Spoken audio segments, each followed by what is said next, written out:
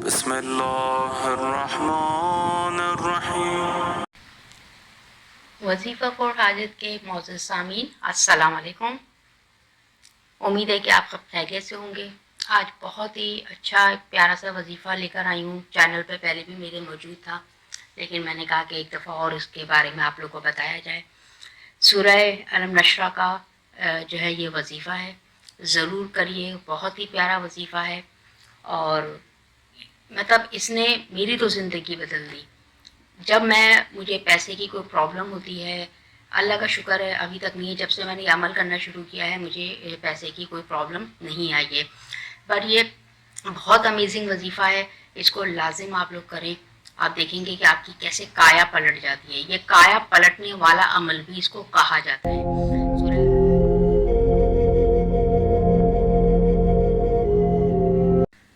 تو بہت ہی شاندار یہ وظیفہ ہے، ضرور کریے گا۔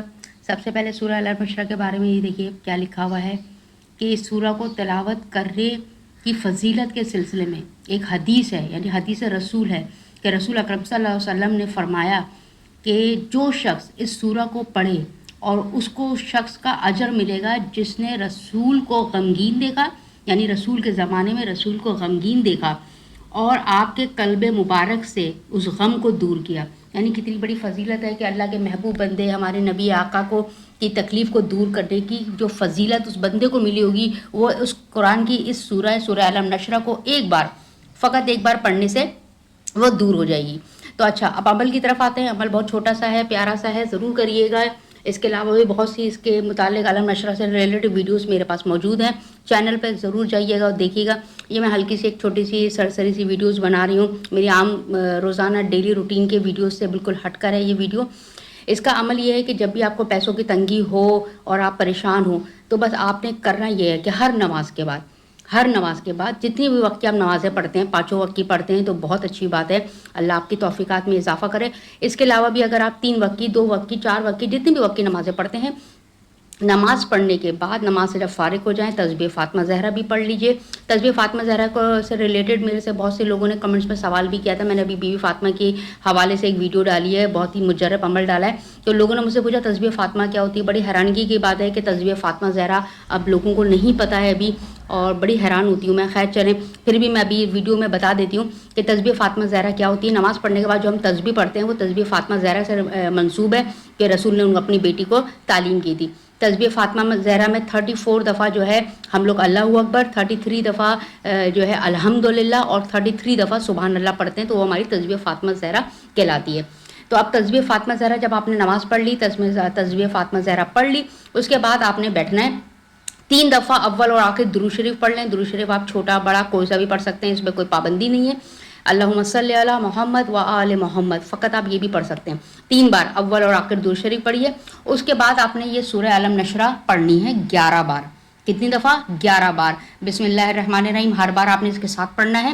علم نشرح لک صدرک ووضعنا عنک وزرک الذی انقض ظہرک ورفعنا لک ذکرک وان مع العسر یسرا ان مع العسر یسرا فاذا فرغت فانصب والی ربک فارغب۔ یہ آپ نے بسم اللہ کے ساتھ 11 بار پڑھنا ہے اور پھر درود شریف پڑھنا ہے۔ اس کے بعد اب یہ عمل کر لیا، لیکن اس کے بعد کا جو پارٹ ہے، جو لاسٹ پارٹ ہے، وہ بہت امپورٹنٹ ہے۔ اس میں کیا کرنا ہے، آپ نے جب یہ درود شریف پڑھا اول اور آخر، بیچ میں 11 دفعہ آپ نے بسم اللہ کے ساتھ، ہر بار بسم اللہ کے ساتھ آپ نے یہ پڑھ لی۔